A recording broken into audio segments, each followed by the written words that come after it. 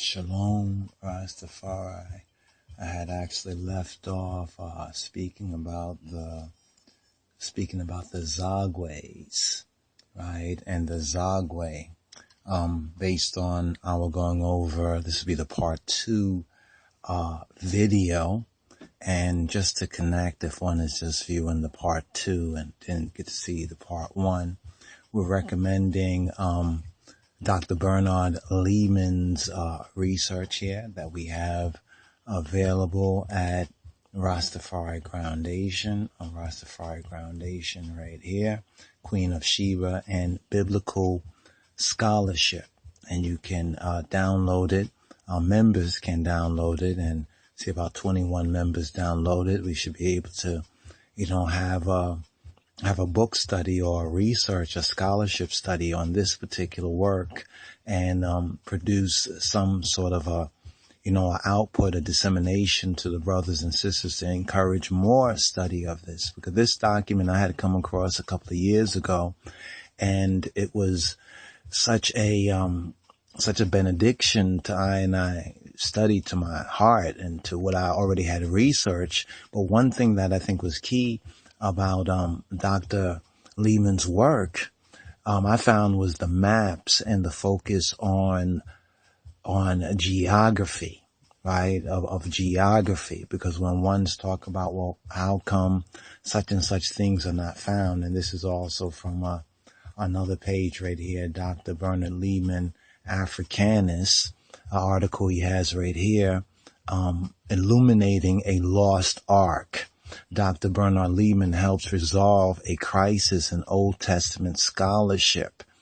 And this one's focusing on the Ark of the Covenant, and he has a few, several actually. I know like 2 or 3 of them I'm familiar with. I'm sure there's probably other researches, but one of, I think, the quintessential research, the one that really got me into his work, and even willing to go forward and highly recommend his scholarship for my brothers and sisters and all others who really want to know the true facts concerning the Queen of Sheba and biblical scholarship, because in the academias and the universities, people are not getting it, right? And he goes into a little bit of that actually right here in the foreword of this book. The last line, he says, well, actually, the last 2 lines that this book, it argues that the Old Testament is an accurate record, because many say, well, it's not accurate because what they claim to be, what, and where is all off, right? Therefore, we have to re-examine the Kebra and Nagast. This is what he has done. So therefore, it argues that the Old Testament is an accurate record, but the events it describes prior to 586 BCE took place not in Palestine, or what's called Palestine, but in West Arabia, and to a lesser extent in Ethiopia and Eritrea. It suggests that scholars are unwilling to consider such a strong possibility. In other words, a Western Gentile academia. And I think a strong tinge of satanic delusion and racism has mixed in with this. So it's not in truth, it's about truth. But ones want to ignore that for the Jews who call themselves Jews, and therefore those who have evidence, like the Ethiopians at home and abroad, and in particular, the Kebra Nagast is one particular evidence that hasn't been considered, ones that haven't studied it seriously, haven't given it serious scholarship, because even as a cursory reading, you'll recognize that there is something similar in what you've heard, but it's a whole different interpretation. I think that's the key right there, because if this is true, and I say, amen, it is true, it would not only completely undermine the raison d'etre, the reason for being of the state of Israel, or Rothschild, something like that they should call it, but it would also force a total reassessment of biblical Arabian and Northeast African history. I mean, that in itself is a new day. That in itself is a new world right there. Because you see, the New World Order is not really even new. The dollar bill will tell you that. But the true New World of Christ is based on this foundation. And this is why this information and more information that backs it up, reflects it, or references it is coming out right now. But we had left off on, I just wanted to give a kind of overview, but you know how we do, right? And once again, Dr. Bernard Lehman, we have requested and putting forward a request to republish on the line of Judah Society Press to republish this book, this scholarship. You can find it here on Rastafari Groundation, a PDF. And we see within his foreword, he basically says it can be sold, distributed. You know, in other words, he recognizes as a true scholarship the importance and also the rareness of such a work. So we was at this particular map right here.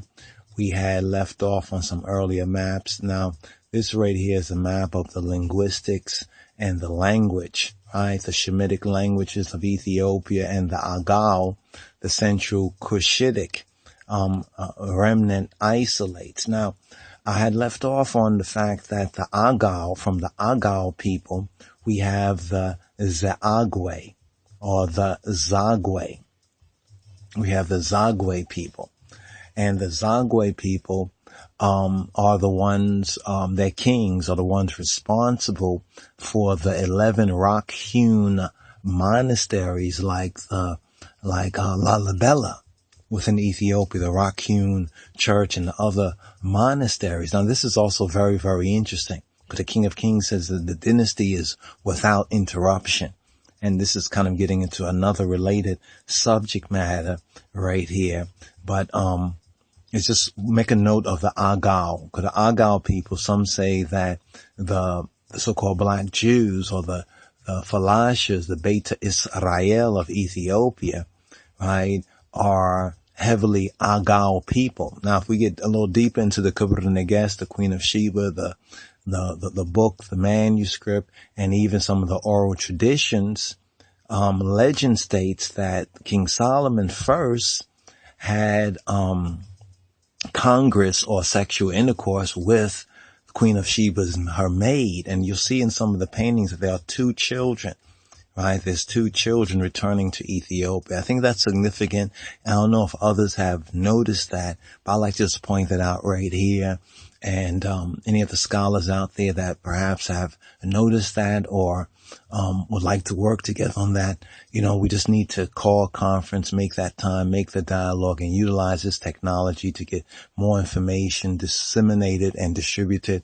And this particular work right here is a very key work. So he goes on to another map, was the major Middle Eastern and Northeast African land and sea trade routes in ancient times.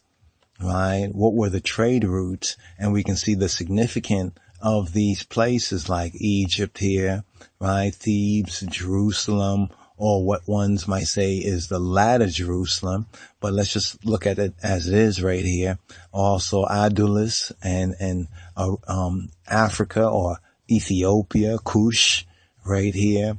Aden, or we have Aden right down here. Let's lift this up right here. We have Aden, which is Aden, the Gulf of Aden, or the Garden of Eden, the garden eastward in Eden. And here are sea routes, which also link China and India.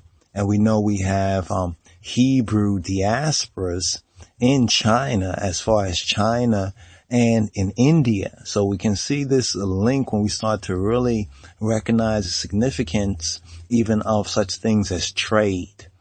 Right? Trade and commerce and goods, incense and gold and even luxury items, you know, in ancient times. So we have these other maps as well, some of the other maps. And I want to hail up again Ross Patrick, for his co-labor, on the maps. Now, like we said, we don't have the opportunity right here to get into, great detail, great detail here. But this is a very, very important work, and I hope and pray you'll be able to download it, and I hope to be able to communicate with Dr. Bernard Lehman about getting a printing of this particular document on the Lion of Judah, the Society, and I College press, to get a reprint of this particular document. It would appear, based on the opening introduction in the red that we read before, that would not be a problem. But we like to also just communicate to him, and if he can even write a foreword, perhaps, for us and for our universal university, Now, the geography of Menelik's or Menelik's route, according to the Kebra Nagast, with Jerusalem in Palestine and Mitzrayim, translated to mean Egypt, Jerusalem, Gaza, the border of Egypt, the waters of Ethiopia, the brook of Egypt, the sea of Eritrea, arrival in Ethiopia, right, opposite of Mount Sinai or Sinai. So this is taking the same information, it's taking the same basic information and applying this to maps and saying, wait, the way we've been told, you understand, it's not the way, it's as if it were, but it's not the way that it really is. And some have alleged that the Kebra Nagast, or the Queen of Sheba and only son Menelik, is not accurate, and that's based on the Western Gentile sources, and also based on academia and scholarship, right? Which, in collaboration with the Synagogue of Satan, has suppressed much of this information, or just ignored it. And whenever it has been brought into the front and the mainstream, like whenever we speak about this, they'll say, oh, it's a legend, and it's like make-believe. But here, this scholar, Dr. Bernard Lehman, this Africanist, he has taken the time to research this, right? And also to provide us maps. And based on that, we can say that the testimony that is found in the Kebra Nagast is not make-believe, if you would just take the time to do the research, right? And it was his maps, especially the map that we showed previously. We're just scrolling through it right now in the few minutes that we have here. But this is very important, and hopefully that'll be one of the projects that we will be able to commence with. We have some other projects that we are working with on some other brothers. Ross John in particular has a work that we are doing some of the pre-editing of. Very important work. We hope to have that forward by I Father's Day, by July 23rd. Right, Mount Sinai, a revisioning of Mount Sinai right here. And it's not saying that this is what it is, but it's taking the evidence, the written evidence, and other scholars also. It's more than ones like Dr. Lehman and others. I mean, there's been a lot of scholars. I like to always trace it back to Macy, who I think really was a kind of an undercover Ethiopianist, Gerald Macy, because even from his first book, the Book of the Beginnings, I did a little word search on how many times Ethiopia or Ethiopic was found within that text. And it was very interesting that that's often what's ignored in whether it is a study of ancient Egypt, whether it's a study of the Bible, whether it's study of history or ancient times. The Ethiopian witness is often ignored. And now post rebellion Ethiopia, 1975 Ethiopia, is apostate, and there's much to be desired, especially among those who have gone astray from the covenant. However, prior to that time, for thousands of years, Ethiopians have been considered by many, not by themselves, it's not them praising themselves, but others, as a honest, a forthright, a people of integrity, a people of honor, right? And their wit